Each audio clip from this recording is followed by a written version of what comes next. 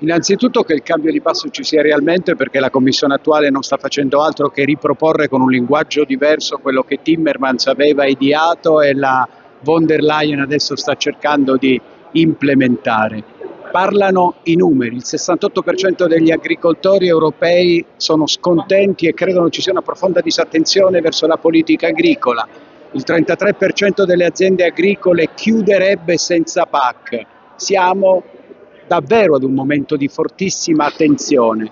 Si può dire quello che si vuole, ma in termini di contenuti c'è una despecializzazione delle politiche europee, c'è una rinazionalizzazione pericolosissima, c'è una sottostima della food security che il resto del mondo, dalla Cina alla Russia agli Stati Uniti, invece rilanciano.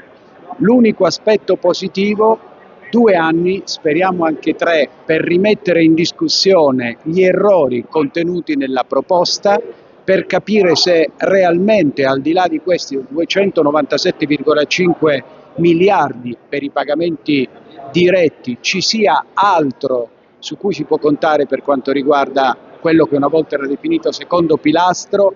Siamo poco ottimisti su questo, perché se il taglio è di tutti saranno particolarmente attaccati alle proprie risorse, e aspettiamo anche l'elemento fondamentale, che è la rielaborazione dei dati a livello nazionale. Su questo, come filiera agroalimentare, come Filiera Italia, insieme a Coldiretti, faremo una battaglia a qualsiasi costo, perché è in gioco la tenuta democratica dell'Europa.